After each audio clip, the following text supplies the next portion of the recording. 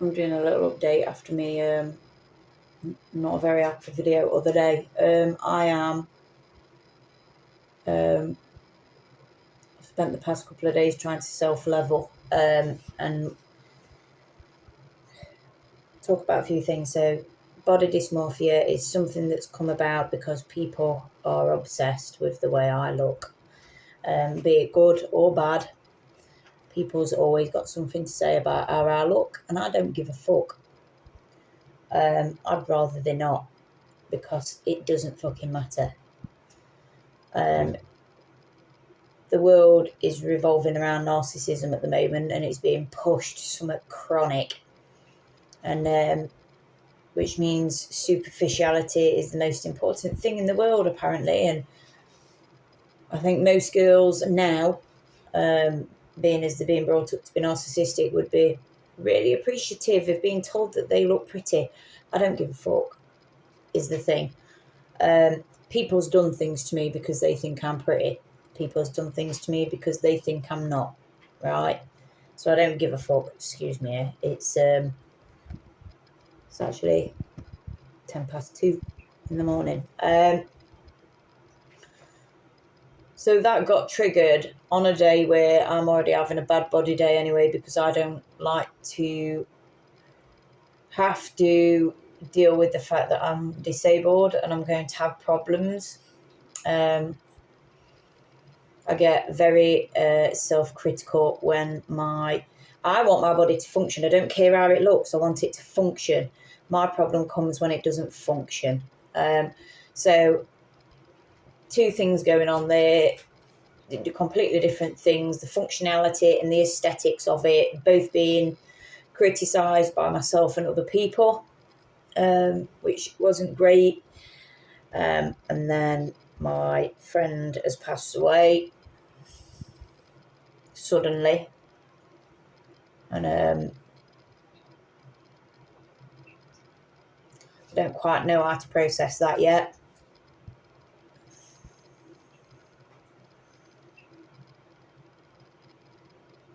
But I ended up feeling very claustrophobic in the house. The other thing was clothes came, and because I'm having a bad body day, the clothes are notorious for not fitting from the place in the first place and being the wrong size, and I usually just send them back and get a different size.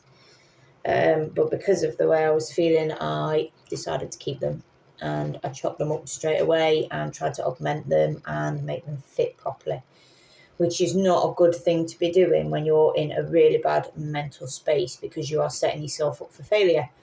Anyway, all of this started triggering CPTSD. It started triggering body dysmorphia and rheumatism.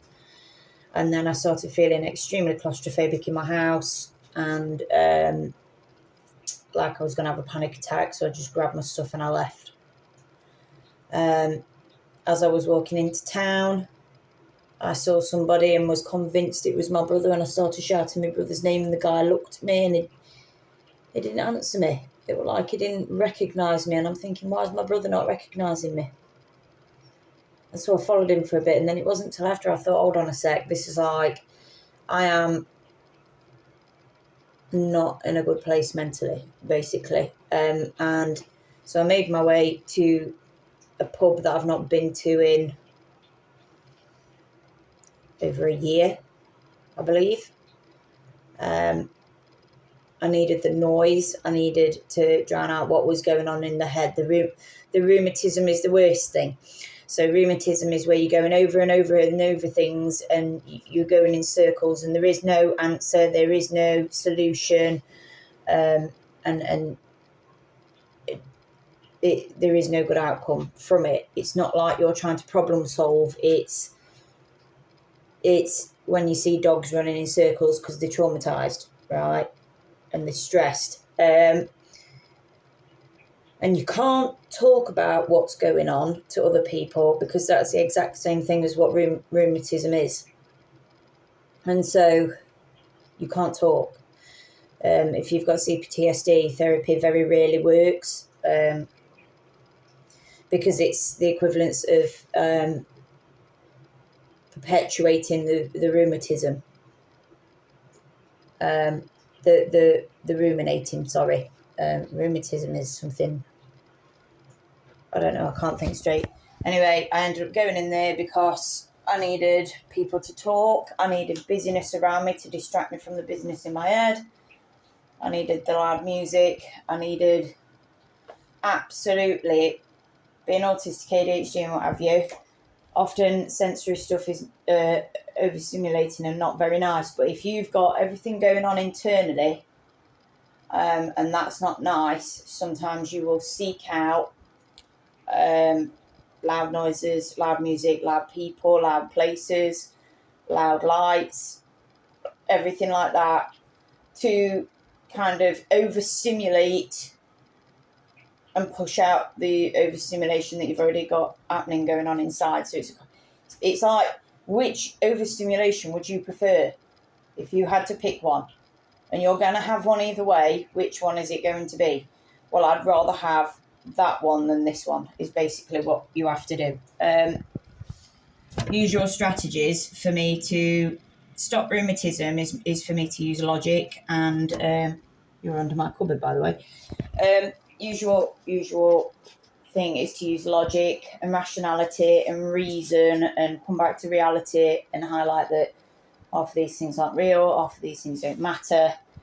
By tomorrow it will not work, won't be here. None of those things were working at all. I'd usually do menial jobs, so I've got small wins to make myself feel better and get quick, little, good, healthy dopamine hits. They weren't working. And so I had no choice but to go to the pub and go use an old strategy, one that I don't like using often because I can fall back into old habits very quickly. And I ended up drinking and smoking, and I've stayed out all night and danced a lot, and then that's pushed me immediately into a flare and into a lot of pain. And so I've been dealing with fibro pain on top of hangover because I don't usually drink anymore, and continued ruminating and problems with CPTSD. And I've not been looking at myself. I am much more level than I was, but I would not say I'm fine yet. And that's partly because I've checked in with one of my friends, because I've not spoke for a couple of days since I said I was going out, and I just needed to fill them in on where I'm at. But that leads to conversations, and that's basically ruminating, and then I've ended up and then I've had to stop the conversation, and it's not their fault. I just can't. I'm trying to stop the cycle. Do you know what I mean? I'm trying to stop the cycle. So I'm trying to use all my healthy strategies. I've got in touch with talking therapies again, even though it's not talking that I'm interested in, because that doesn't actually do anything. When I get this bad, there's no talking. If I can't talk myself out on it, there is no talking.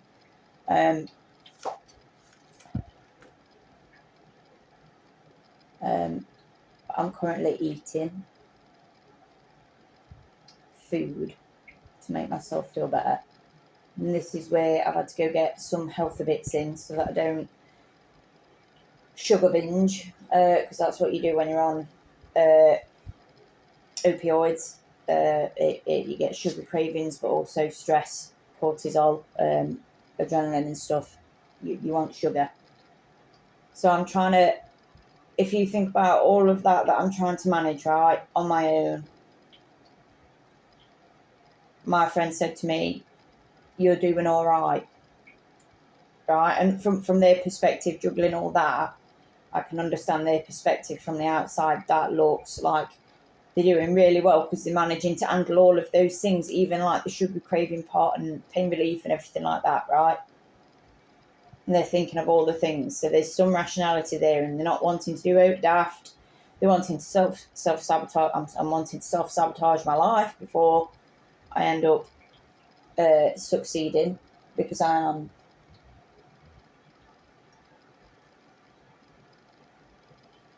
petrified that I will do good and then somehow it will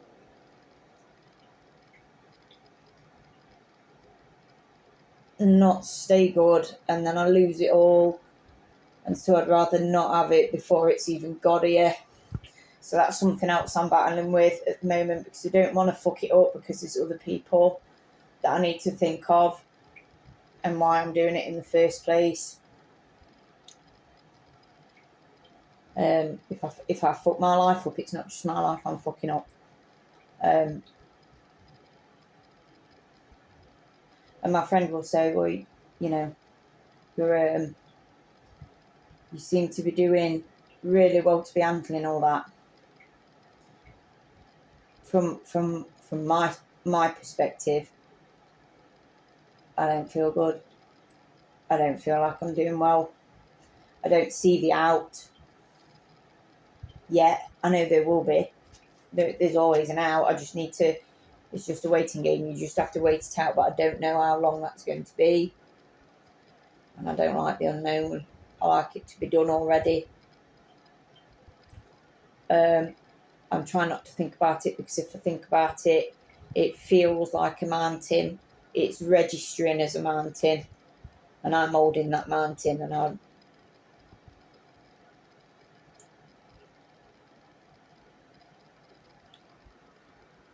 can't quite deal with that thought. That's a lot. So I'm kind of doing menial jobs at the moment.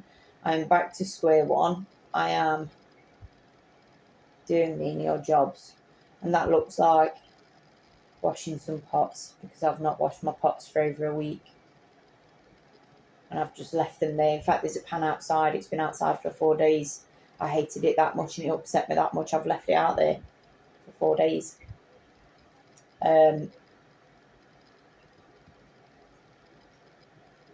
The skirts that I was trying to fix, I'd actually messed one of them up, and that put me straight back to square one. I didn't get a good win from that, obviously, and my efforts went to shit, and that made me feel instantly shit. So I've left the skirts. That's not something I need to be doing yet.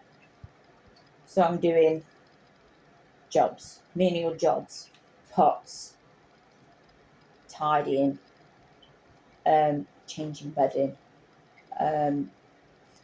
hoovering, wiping things, like where it can't go wrong, so that I can feel stable and nothing's rocking my boat. Plants, sorting some plants, and menial stuff, menial things to keep me steady. And then I can work my way up to doing things that have more of a perceived risk involved, like fixing a fucking skirt, even though it sounds very fucking trivial. And I didn't even need to fix it. I could have just sent it back.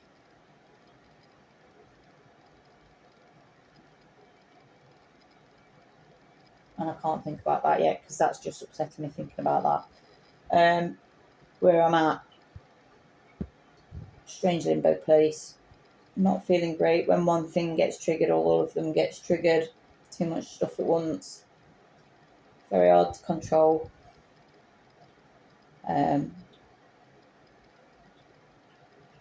Good job. My bank account stops me from over purchasing at pubs, because I would have happily have fucked my own finances up. And I used to be like that. And I've made sure not to be like that. That's why I stopped drinking. I'm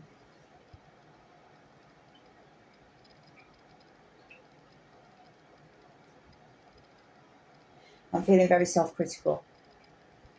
And I don't want to analyse things too much and think about myself too much, because I don't like how I'm feeling. If I think about myself, then I think about how I'm feeling, and how I'm thinking, I don't like it.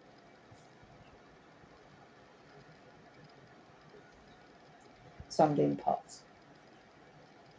and then I will wait it out and then get back on track and go achieve the thing that I'm trying to achieve, that I'm very close to achieving, or at least starting, very close to starting, so that I can do the achieving, because I'm thinking about long-term stability and success for myself, but also for the rest of my family. And that's really important to me. And I need to hang on to that more than whatever the fuck I'm going through right now. So my aim is to do menial things to get me level, and then I can start working up to doing the thing that I need to start to win at life, and make sure that I don't sabotage it.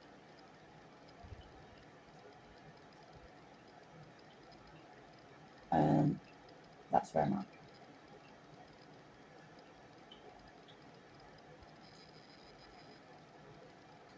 I don't even know what day it is. Wednesday.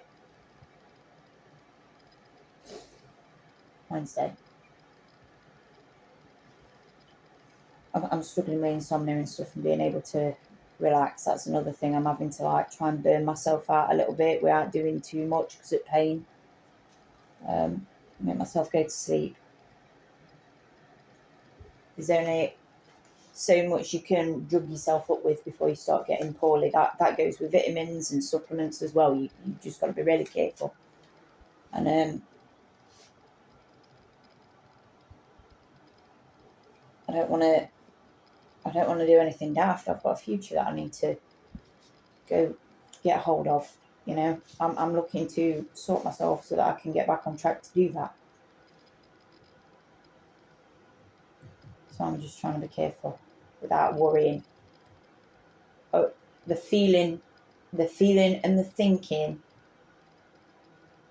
is out of the picture.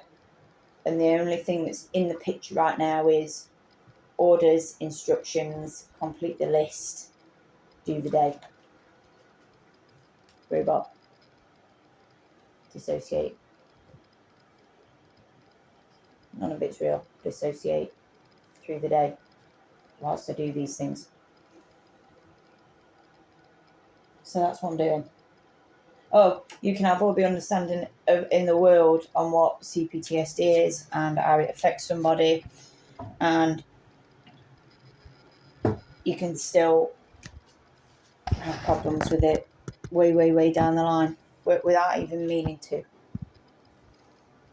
Without anybody meaning to. They didn't used to call it shell shock for no reason. You know, when shit's bad, and you don't forget that. Your body's permanently changed by that. And you have to learn to live with that. You know, or not. But I would advise that you do, because life is very important and you only get one. And there's lots of good things in it, despite the shit, which in the moment of CPTSD is really hard to comprehend. But it's 5 days since, so I can remember that now. I would not say I totally believe myself. I would say the happy things are about this big compared to the things that's making me shit.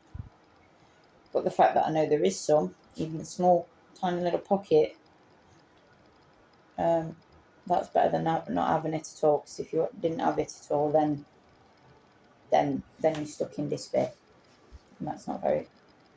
It's not a good place to be.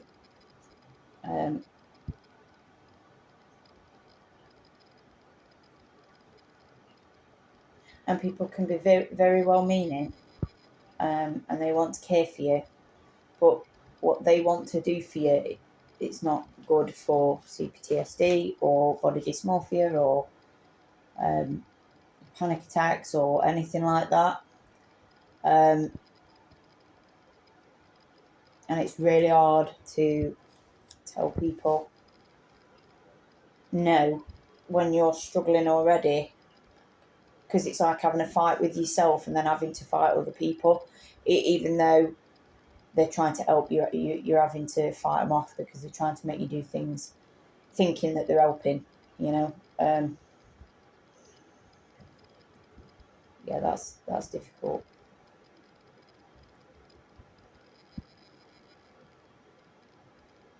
If you've got people that will listen, then you can tell them how to help, so that if it happens again, it don't happen again. But not everybody's lucky enough to have people to talk to that would listen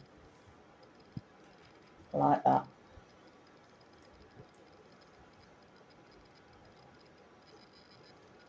It's very difficult to find grown people nowadays.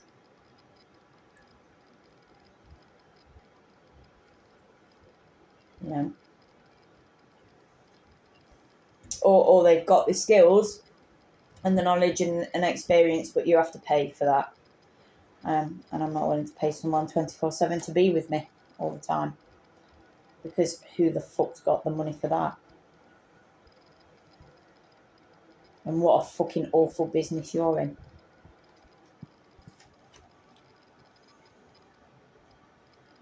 If you charge for that type of thing. But I also understand everyone's got to make a fucking living, but what a fucking way to make a living. You know, that's where grey area of morals and ethics comes into stuff with me, and I'm just like, I don't know how you could do that. But anyway, stop right there before I start ruminating and going in circles. Ruminating, as an example, you imagine you're in the woods and you're walking in a circle, right? You think you're going in a straight line, having a lovely day, and you find yourself back to where you started. And then you do it all over again, and you're trying to make your way through the woods, and you end up back where you started. And you keep doing it over and over and over and over and over and over again. And you're running, and it's got dark, and you think something's behind you, and you're running over and over and over again, and there's no solution, and there's no getting out of it, and there's no stopping it, and you're always going to end up back where you started. That's what rumination is.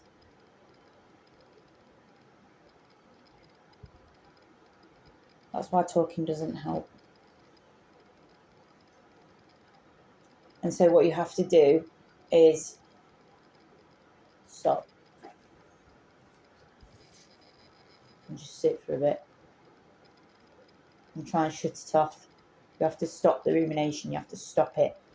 You have to stop it by doing things in the moment, being present. This is why mindfulness and stuff is really important. Being present, looking at the things, touching the things, doing the things, because it takes your mind off of that.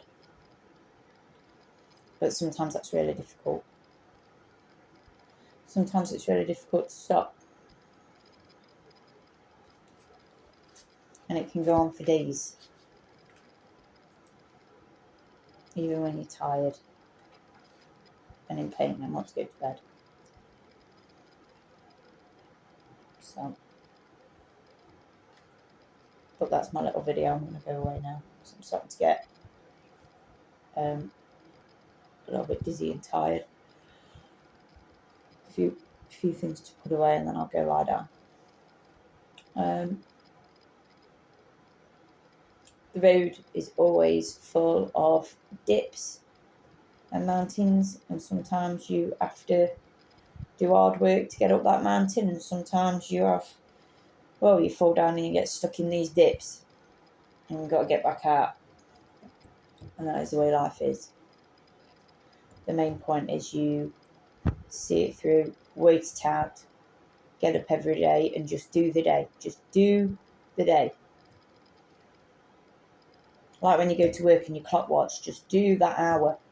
That's another hour gone. Just do the hour. I don't need to feel anything. I don't need to think anything. I just need to be present for an hour and do that for an hour. And then eventually it goes. But this one's been a long one. I've not had one like this for a while. Not with the claustrophobic and needing to leave. Not had it for a while. found myself doing old stimming stuff as well, which I've not done in. I've not needed to stim like that in a long time. So I do a lot of tapping, and I tap things, and I tend to do a lot of rocking. And I've not done anything like that for a long time. So